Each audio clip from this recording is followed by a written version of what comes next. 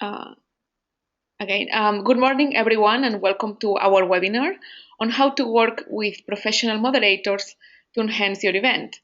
My name is Rosa Garriga-Mora. I am the Marketing and Communications Manager of Mica, which is a supplier of mobile event apps. And I'm based in Barcelona, but today I'm joined by Hans Etman, who is a co-founder of Mastering Moderation. How are you, Hans? I'm fine, thank you. Good morning. Good morning. Good morning to all. I see Bo here and Chiara and Peter and Sharon. There's a nice list here of people here. Yes, and hello to I know quite well Chiara, Sharon, and Bo as well. So thanks for joining us this morning. And I guess people are still arriving. So I'm just going to introduce for starters Hans. So Hans, thank you so much for joining us today. Chiara says hello. Yeah, we want to make it a really interactive webinar, and now I'm going to explain how we're going to do this. But first, let me introduce Hans. So, as I was saying, Hans Etman is the co-owner of Masters in Moderation, which is an international booking agency for moderators and facilitators. And myself, I've been to many events where they were providing the moderators, and I must say it makes a huge difference. And that's why I really wanted to have them here today. Hans, he's got lots of experience as a moderator. He focuses on interaction and return on investment in meetings. He loves an open dialogue between opinions, and it's good that he says that he stays calm even in heated discussions. And he believes that for a participating audience, um, that's what really makes a meeting effective. And also, as a fun fact, Hans told me that he was trained as a massage therapist. Yeah, that's true. That's true. Do you still practice as a therapist? Uh, only by request, and it must be a good request then. Okay, okay, we'll take that into account. So, Yeah, okay. as I was saying, and Hans was the first one, who says that for a meeting to be effective, it must be very interactive. So that's why we're gonna make this session today really interactive, and we're gonna do that in two ways.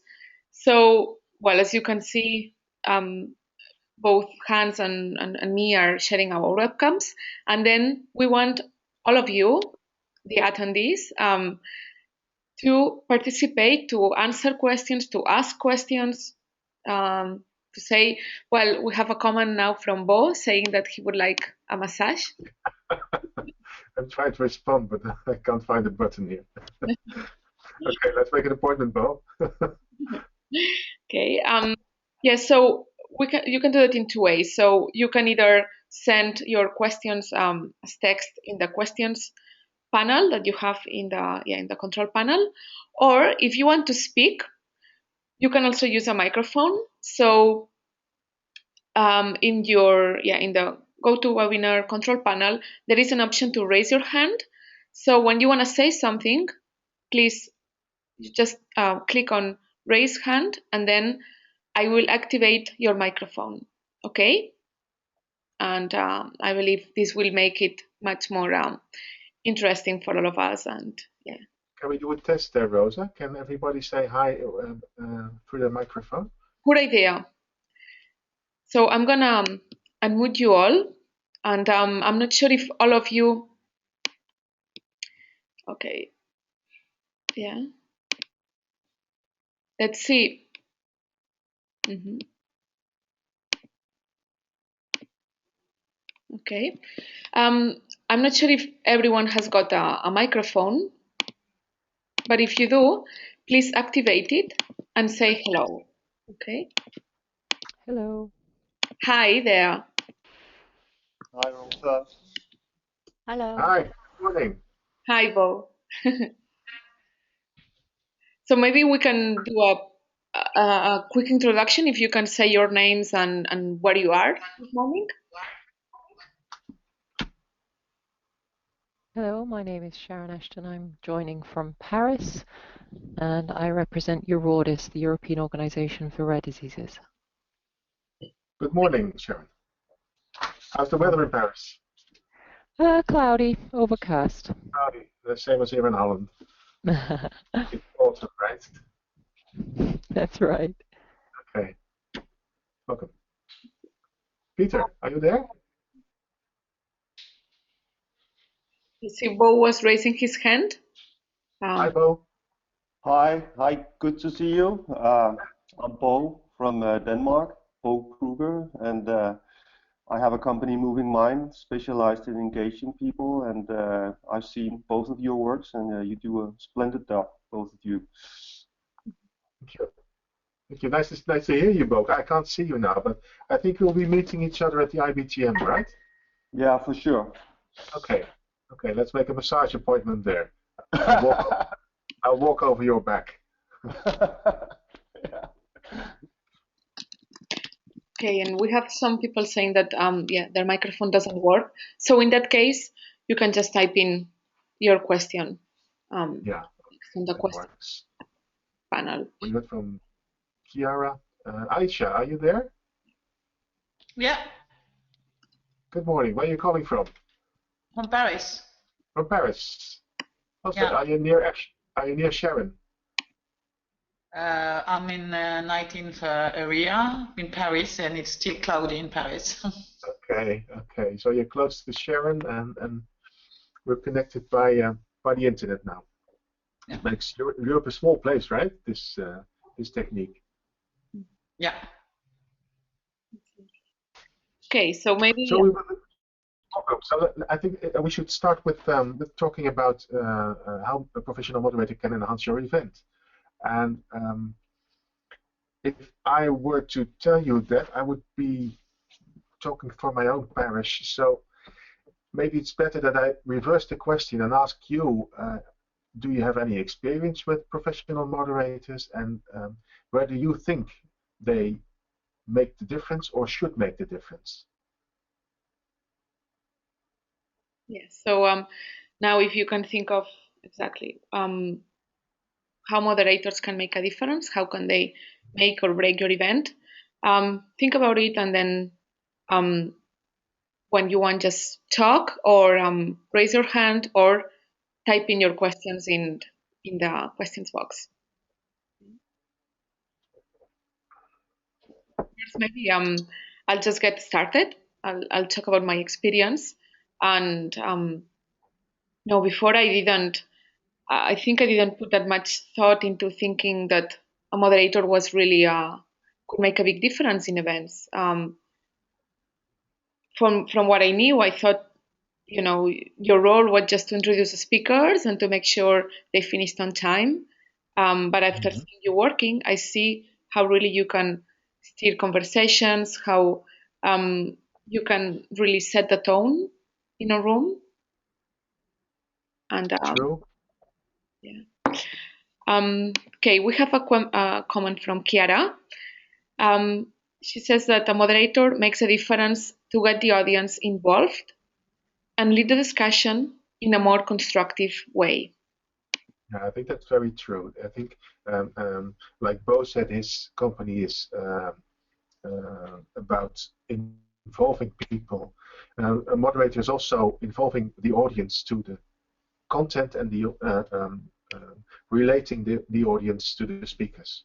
So if the conference is going on, if the start sign has been given, there's only one person on the floor or on the stage who can direct it in the right way, and that's the moderator. And to get the message across, you need interaction. You really need interaction with the audience, because if you just tell your story like the old-fashioned speakers did in the old-fashioned congresses, people will fall asleep. They will start to be in the consuming mode and lean back and get the content over them. And there's much more work to be done. There's much more you can think about and translate it to your own practice, to your own situation, if you're actively involved. So I think that's what Chiara says here. The moderator should involve the audience, and I think she's right. I think that's what Bob says as well. He says moderators can engage participants, and that's the same idea. But how do you become sensitive to the group needs? That's a good question, Bob. I think experience is one. Reading non-verbal communication is a very important one. And maybe it even starts by knowing what you're doing. And that sounds a bit silly, but if you started in an event, in a congress or a conference, and you know very well what the aim of the conference is, if you know the goals of the conference, you can guide your audience to it, and you can help your speakers achieve that goal. So you have to know what the goal is, and you have to know your program very well. Then you can easily connect with your audience. Okay, I see Peter is he's raising his hand, so I'm not sure if he wants to answer to say something, but go ahead, Peter, because the mic is on. And I see a comment as well from Sharon. She says that, or do you want to read it? You see it as well.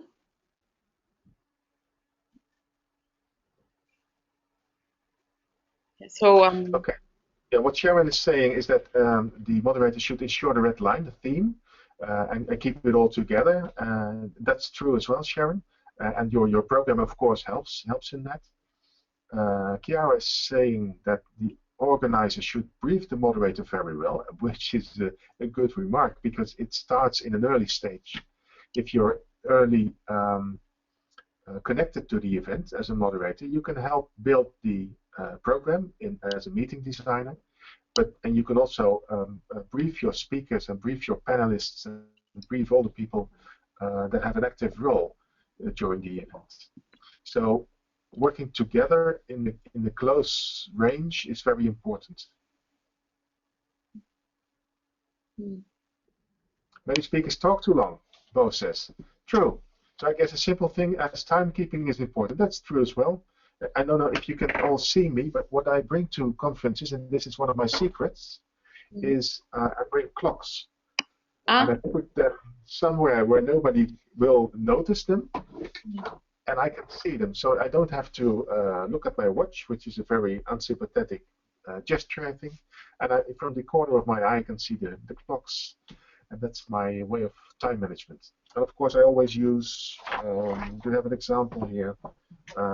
Cards, where timetable is as well. And what do you do when, have you had the speakers that they just didn't want to stop? What do you do? Like, do you turn off their microphones? Do you go to the stage and drag them out of the stage? Different things I can do. Beforehand, I speak to all speakers, and we make a deal there. If they are talking too long, it will be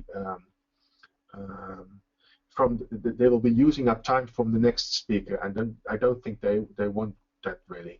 So what I do is make the appointment with them that when they're looking at me, I will point out the number of minutes they still have.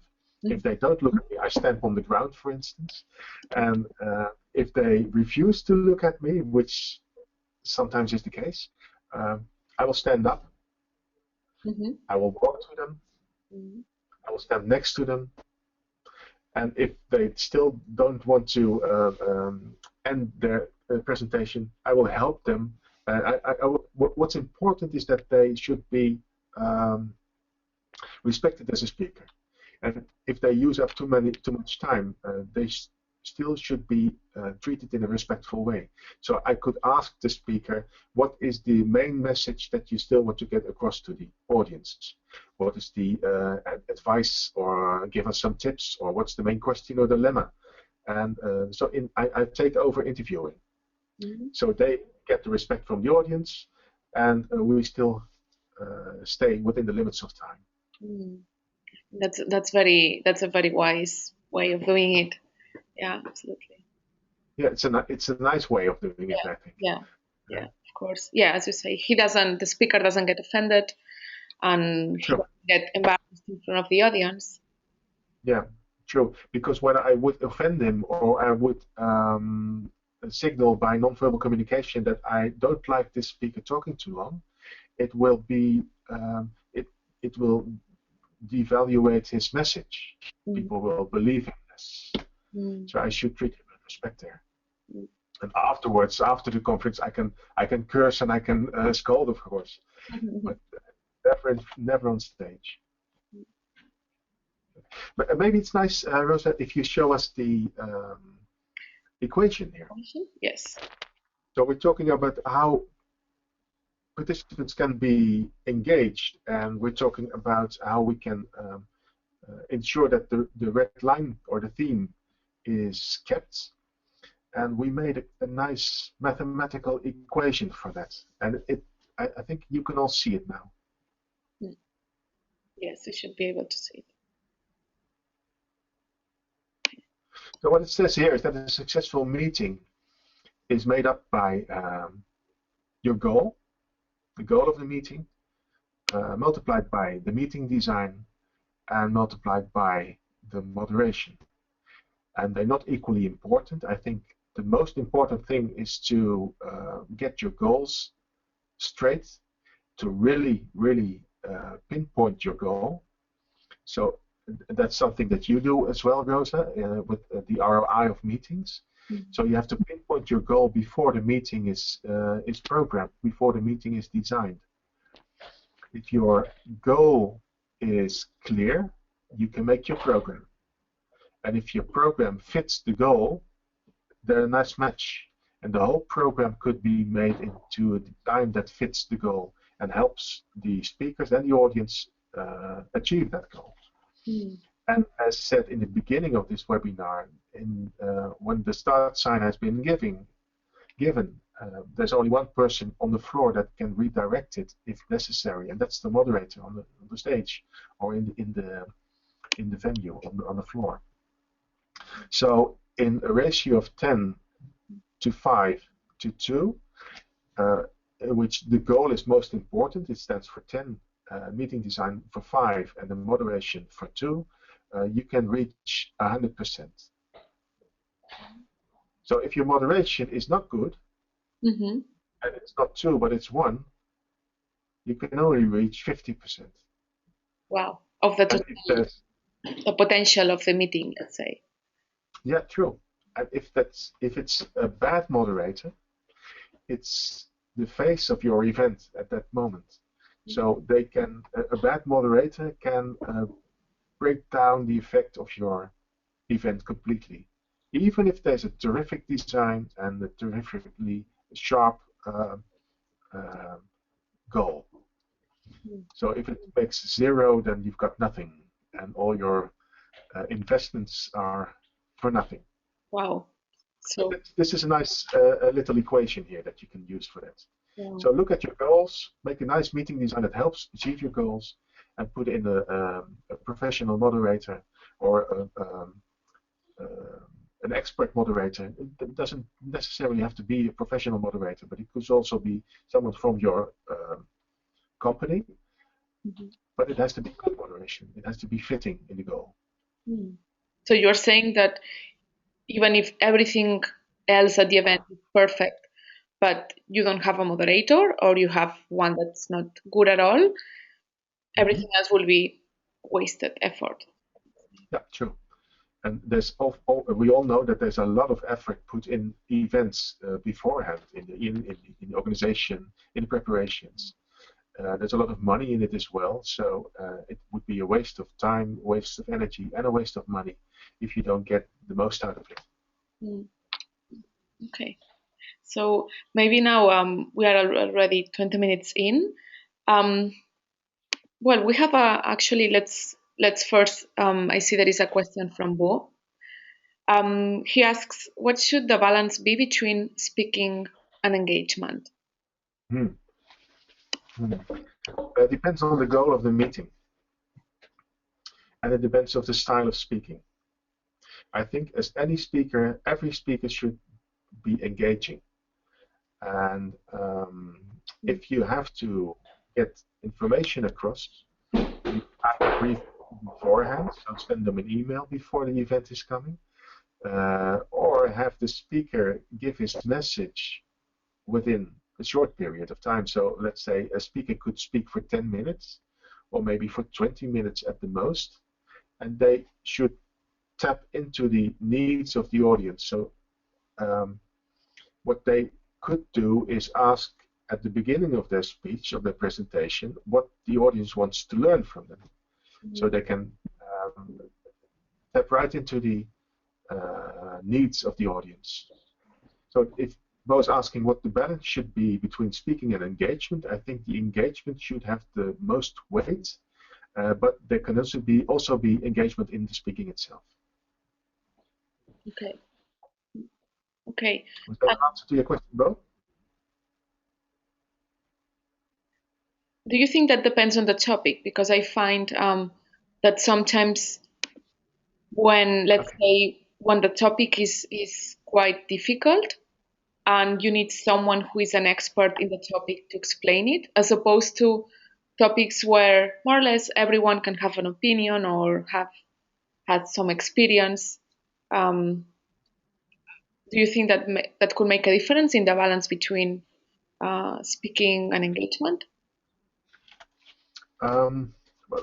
Maybe not so much in the topic as in the goal of the meeting, because every topic has its own goal, or every meeting has its own goal, and there could be topics that I know nothing about as a moderator, but it's almost never about the topic itself. It's always about the process of getting information across, process of getting people to work with it in a certain way, to have them exchange views. So that it's not really the topic as well as communication processes. I see. Okay. So maybe it's nice to look at an example. You gave an example here. Maybe one of the attendees has a meeting coming up that we can use as an example.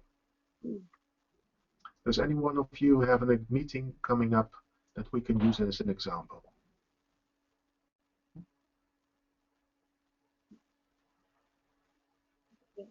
They are thinking. They're thinking.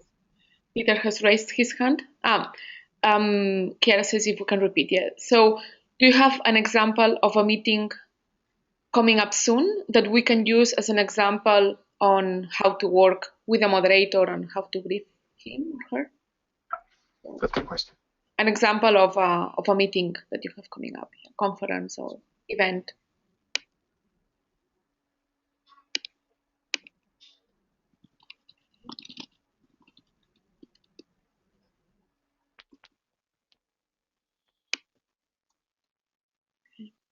Yeah, and then we could. Okay. Bo says MPI's European Conference, EMEC, which is going to take place in his country, right, in Denmark. Okay, yeah. Okay, that's a good example, Bo. The MPI's EMEC, of course, is a very big event, and it uses many stages. If you have a central moderator doing the opening, for instance, you could do it in different ways. You could do it without a moderator.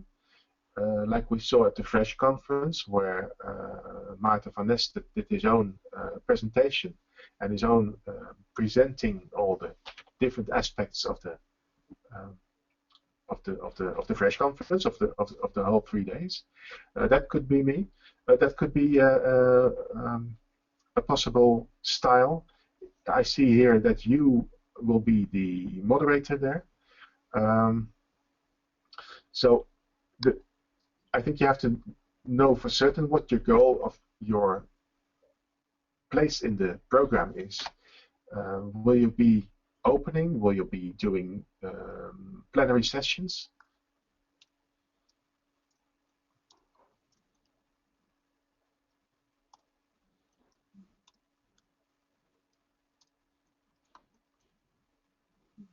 Bo's thinking. Yeah. You can also, Bo, you can use the microphone if you want as well. Maybe it's easier like this. Yeah. Can Yeah, you hear good. me? I can hear Okay, you. sorry. Yeah, it's too slow. Yeah, I will be together with Anne Hansen moderating the opening and all the plenary sessions, basically.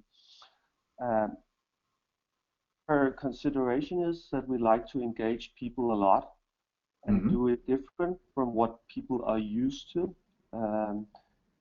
Because I think very much in EMEC it's more traditional in the format. So our worry is actually if we're going to engage people too much, get them too much out of their comfort zone. It's a very multicultural group, and I think some people expect to lean back and get their information and things like that. Okay. So, okay, I see. so if you could give some advice on what should we look after, how can we make this a success? Yeah. Okay. So I think when I hear this, that it's important that you stay connected to your audience, that you do not only engage them in all kinds of activities and interaction, but you also stay connected to them, which means that either you or Anne should have the eyes and ears in the audience so you can really feel what people are thinking. And if you see that people are retreating, people are not participating anymore, you have reached a border there, you reached the limit. So you should make a step back. And what you also can do there is ask your audience if they still with you. Yeah. Is that a question? Answer to your question, Bo? That's good points. So basically, that's tools so you can adjust and see are we going too far or not. The problem is with such a big event that you have to prepare a lot of the things beforehand. So I believe in reality it's going to be difficult to change a lot of the things along the way because it's fixed when you start. Okay, but there's one important thing there, Bo, that you can use. If you are two people on the stage, like you and your co-presenter Anne, you can display your different personalities. And part of the audience will like you for the person that you are, and part of the audience will like you less than Anne and will like her better. That's always in an audience. So if you will stay connected. Good cop, bad cop. Sorry? Good cop, bad cop. No, good cop, good cop. It's just a matter of preferences. If you're looking at us now, you can see Rosa, you can see me. Some people will say that I look better than Rosa, and I can't imagine that. But some people say, I think most people will say that Rosa looks better than I do. It's just a matter of preferences. So if you get the chance to have more people in front of the audience, stay engaged with your audience, stay connected. So Anne and you will have to display in your non-verbal communication that you're connected. So be warm, be friendly, and be enthusiastic, because your enthusiasm, Bo, will trigger a lot of energy in the audience. But maybe Anne can look out for you if you're too enthusiastic. Yeah, good point. And maybe the other way around as well. Yeah, very useful. Thank you. Okay, you're welcome. And I think it's really nice to do the moderation on the API, Bo. So I think I wish you good luck and lots of fun, because it must be a very good experience there. Yeah.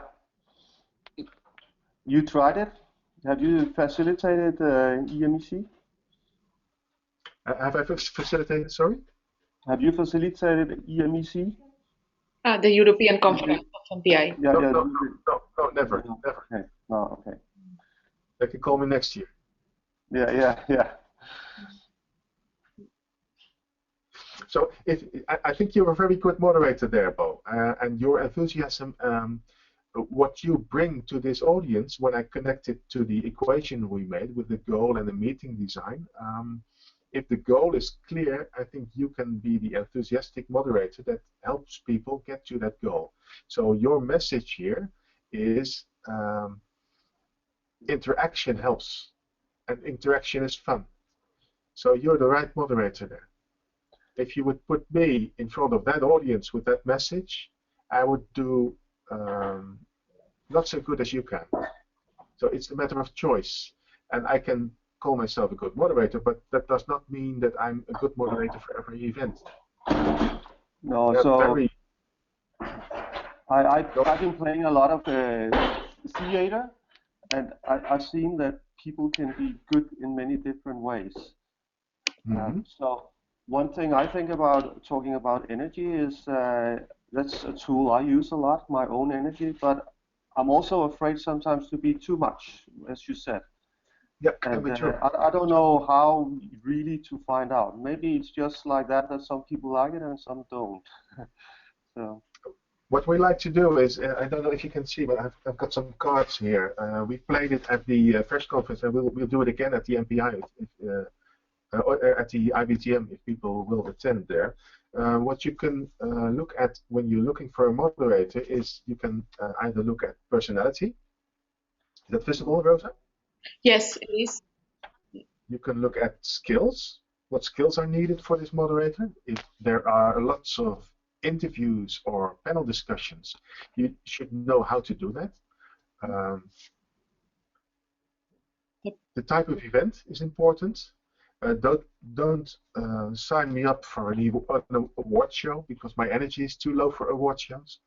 But for instance, in 2 weeks' time, I've got this very angry crowd again on wind energy. On the wind energy project, people are angry there. I think 200 angry people in a room. Put me in front of an angry crowd, and I'm in my element there. Yeah, that's one. Another one is, how should you be related to the subject?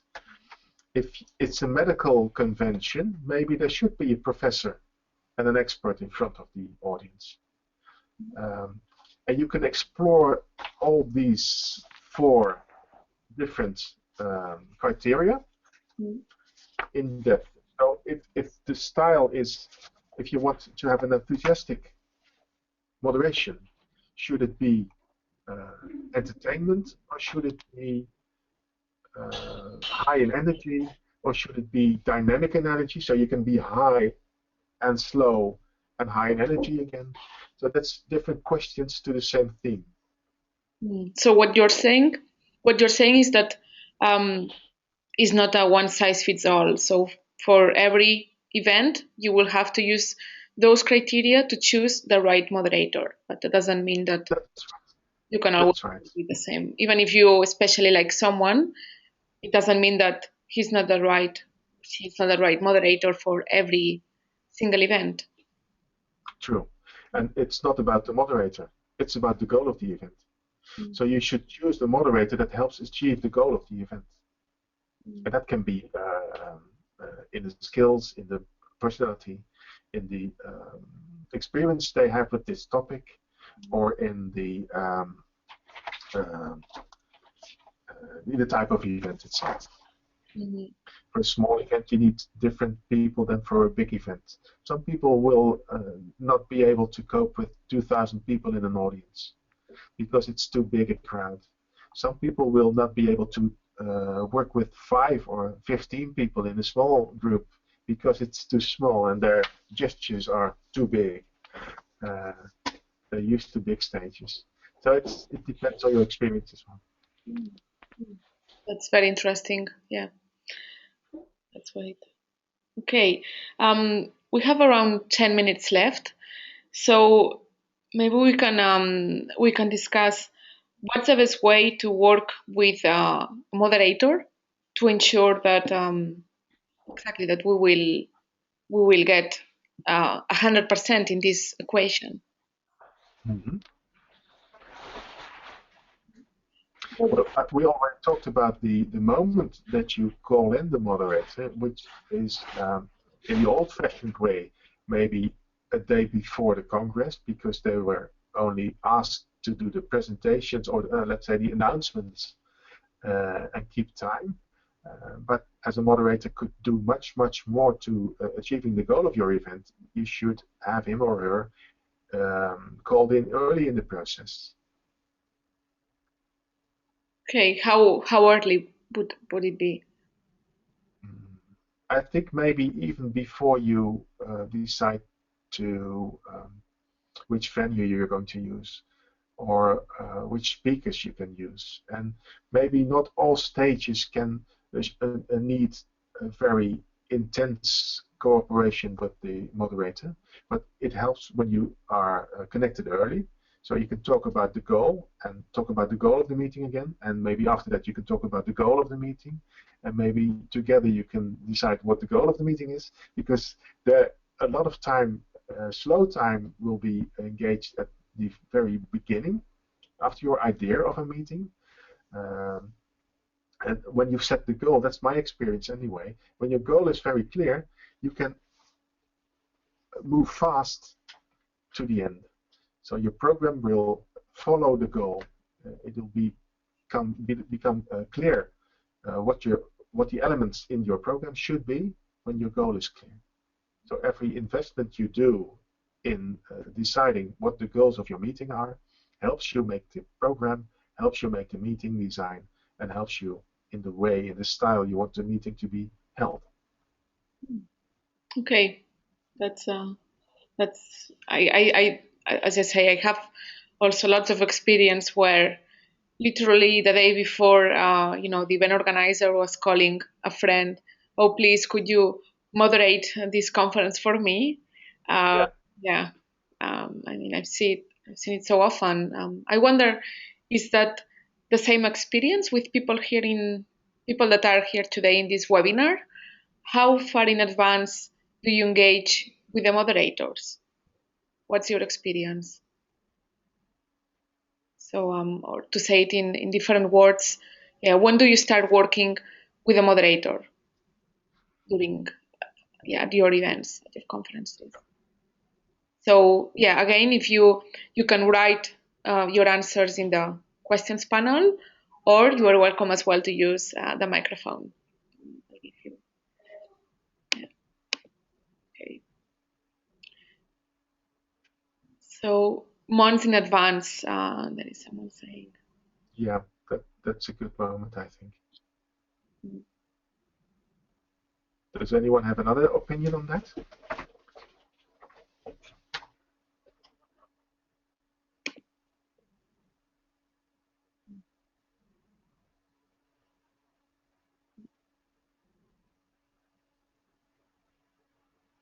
So I see.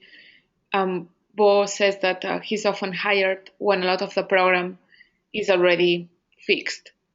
So that's I think that's how it usually happens. But it's, as you say, it's the best idea. That's reality of all day, indeed.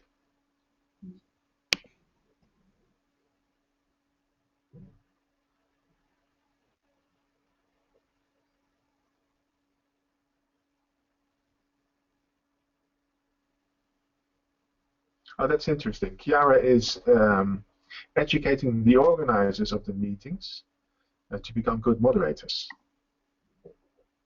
Yeah. Why does it take a lot of energy, Chiara? Maybe you can switch on your microphone here? I think her microphone is not working. Okay, it's not working. Okay. Yeah. So, if you can tell us a bit more, Chiara, about why does it take so much energy? Maybe is it because most people are not naturally good moderators?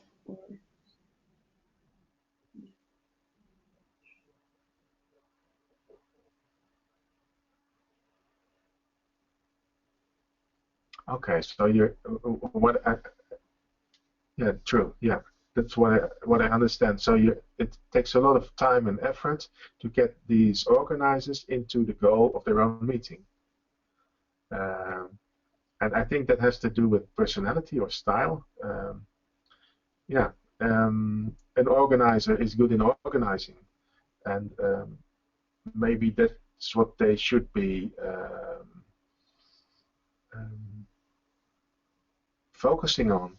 And if you have need of an extra moderator, you could either ask them if they're capable of doing that, and they want to be trained by you in being a better moderator for that event, or you could ask them if they would get you as a moderator or someone else as a moderator.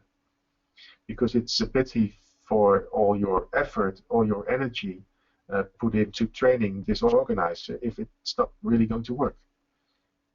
Then the goal of that meeting, the goal of that education is not optimized.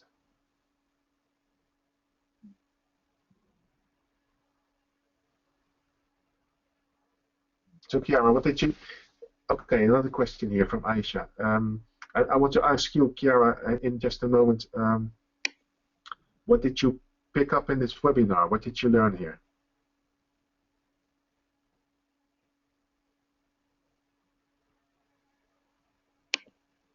After that, I come to your question, Aisha.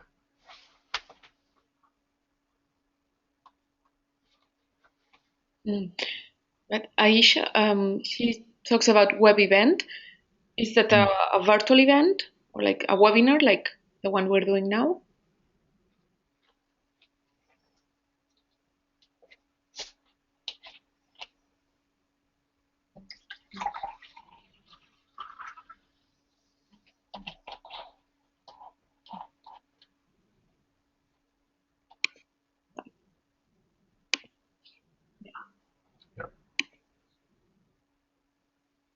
Okay, that's true, Chiara. The goal is the key point, is the starting point, I think.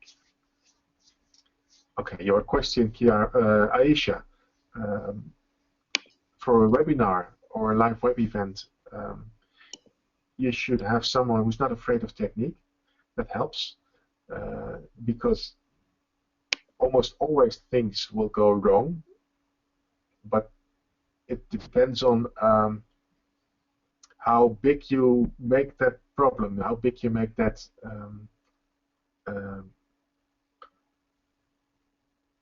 when things get broke in a technical way, things don't work here, like one of the microphones not working here or anything else. What could the moderator do when things is on the way? When things are on the way, you could. In the first thing you could do is stay calm, I think. So you should need someone who's not afraid of technique, who's able to be calm in technical problems, and who can who's used to not seeing people. Some people are very good in reading body language or other nonverbal aspects. And at this moment, I can't see you here, so I have to do it with interpreting your questions, and that's what we have to do. So I think you should have someone, if you are looking for someone who can do a webinar or can do online moderation, you should take someone who's not afraid of technique, who can stay calm in problem situations, and who could refrain from using body language as a non-verbal communication tool. Is that an answer to your question, Aisha? She says maybe a journalist. Yeah, could be, sure. Journalists are trained in asking good questions, so that could be fine.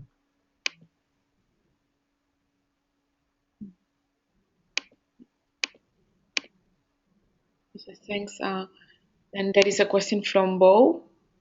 Yeah, a very clear question, Bo. You ask, what can you do if you enter a program at the late stage and the program sucks? You can either say, I won't do it yourself. You made the program, you can do it, the moderation. That could be. Or either you could look for very small interactive moments. I'll give you an example. We met at the MIS in Madrid at the Meeting Incentive Summit. That was a program that was fixed. Many speakers, many workshops in a close range. It was a very full program.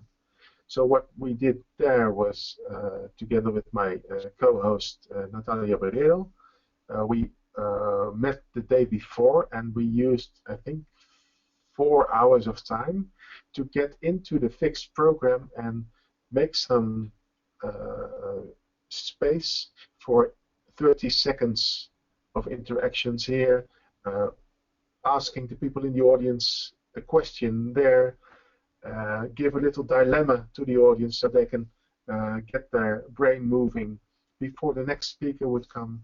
It's micro design in a very small part of time in the program, so you need 30 seconds or 2 minutes, and you can spice it up a little. So it won't ever be as good as you think it should. It could have been, but you have to do with the reality of that moment. So you can adjust and fit in your small interactions in 30 seconds here and 2 minutes there. What could help, for instance, is if you've got this coffee break or you got this lunch break, give people an assignment in the break. And it's not in the program, but it will be in the minds of the people. So if you give them a networking exercise or a networking assignment during the first coffee break, you can ask after the break, how was your break and did you achieve your goal? So if the assignment is, for instance, in an international conference, speak to at least 3 other nationalities on the topic of the next speaker after the break, and decide what your main question is that you want to ask the speaker after the break. Then you, if people come back from their coffee break, you can ask the audience, who did you talk to? An Italian, a Frenchman, and a German. Okay, what was your main question? Let's ask this question to the next speaker. The next speaker is, and you do the announcement, and you ask the speaker to start with answering the question from the audience. So it does not take much time, but it makes it much more interactive. That's I think that's a brilliant idea. It's a great suggestion. Thank you. Okay. Yeah. Are there any more questions? Okay, that's good, Kiara. Okay, Bo. If you're at the IBTM, Kiara, be sure to be at my workshop on coffee breaks. I'm giving a short workshop at the IBTM at Tuesday, I think, and it's especially aimed at making the most of your coffee break. So I'll give you much more ideas there. It's in Barcelona at, I think, the 17th, next week. Good. Yes, I will also be at IBTM. Bo. Yeah, that's great. Yeah, I think coffee breaks, most of the times people don't put any thought into it. No, it just, well, they just think about the number of people who are going to eat coffee or pastries or Sure. And yeah, it's probably a wasted opportunity if you don't. And I also think we should skip the word coffee break and make it to the word coffee bridge. Because when it's a break, it's a stop of what you were doing. You have something for your own, and then you go back into the program again. But if it's a coffee bridge, it will bridge the gap that you're not in the room or that you're not actively listening to a speaker. But it's not a break. It's not broken up. It could be bridged. So let's use the word coffee bridge. Any more questions?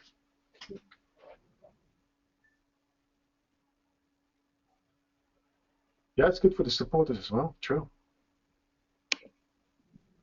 And maybe I have a question. Yeah, do you find with some audiences things like that, like let's say giving them homework to do during the coffee break? Maybe in a conference of MPI where everyone is meeting professional and they are usually extroverted, and so they would be happy to do that assignment. But maybe in other kinds of conferences where, for example, internal meetings where maybe they don't want to really be there, do you find, how would you engage people in those cases where, they feel like, oh, now it's a coffee break, I just want to relax and talk to my friends? Okay, so let me ask you a question, Rosa. What do you normally do in a coffee break? What do I normally do? So I think that it depends on the event and also on my mood on that day. So some days I feel more like talking with, introducing to people I don't know, and so on, introducing myself. And other times I'm more lazy, and then I would just go and speak with the people I already know, or just be in a corner with my smartphone. Yeah. True, that's what most people do. Yeah, they drink coffee, they go to the toilet, they smoke if they want to, they talk to people they know, or they talk to new people. And that's what people do. And obviously, that's the way we want to relax. If a break is for relaxing, none of us will lie down in a break. Mm. And it should be relaxing, but nobody chooses to lie down and rest. We all talk to other people. We all look at our smartphones to see what the rest of our world is doing. We drink coffee to get caffeine. We drink tea to get. It's all need filling. It's all our needs. So if those are the needs of your break, you can use them. I gave the example here of how you could do a networking assignment. But if there's an internal meeting and you're talking about something internal in your company, give people that assignment in the coffee break. So if just before the meeting, you should also be very specific in when you keep that coffee break. If it's too early or too late, the need won't be filled. And if you plan it right, you can use the coffee break to have people think on the topic that was presented just before the break, Mm-hmm. and give their own conclusion after the break. Mm-hmm. The mind is filled anyway with what's being put in there before the break. Mm-hmm. So that could be a tip for the internal meeting. Mm. Yeah, absolutely. Yes. Yeah, and I think we all need time for reflection in between sessions, and so using the coffee break as a place to do it. Yeah. So if I hear a speaker or I heard a director talk before the break, I could go into the break with the question in my head: how can I put that to use in my own specific situation? Mm-hmm. How can I translate what I heard to my practical situation? Yeah. That could be something I could be thinking about during my coffee break. Yeah, which is very important. Yeah. Any more questions? I'm looking at the time here, Rosa. Yes. Yeah, we are running out of time. In fact, usually this would last for 45 minutes, and it's almost an hour now. So, but I see that most people are still staying with us, so I guess that they are all learning. But yeah, if there are no more questions now, I would close the webinar. But boss says it's because we love your company. You've got fans, Rosa. Okay, so well, this session is being recorded as well, so it's going to be available afterwards. And as you here, there are our email addresses, so you can ask any questions that you have after as well. And you can also catch us at IBTM World in Barcelona next week. Feel free to ask any question on this email address you see. And look me up at the IBTM or make an appointment by email. Great. I'd love to see you all there. Yeah, likewise. Okay, well, thank you so much. Well, first of all, to Hans for there is a question from Sharon. if the workshops at IBTM, if they will be live streamed or recorded, maybe available for. I don't think they will be, because I haven't heard about that. No, at least not all of them. Maybe some, but not all of them. Yeah, maybe just the keynote sessions. Could be. Could be. Okay. So, but I guess that you'll be speaking at other events as well, Hans? Yeah, and Sharon always can ask questions by email if she wants to. If there's anything you want to learn, or if you've got an upcoming event and you want some advice, feel free to contact me. Wonderful. Well, so as I was saying, thank you so much, Hans, for your time today and for sharing with us so much information. I think everyone agrees that this was very educational, and thank you everyone as well who participated so much this morning. And I wish you a nice day, and maybe I'll see you soon in next week in Barcelona or somewhere else. Okay. Thank you all for your questions and your attention. See you next time. Thank you. Bye bye. Bye bye.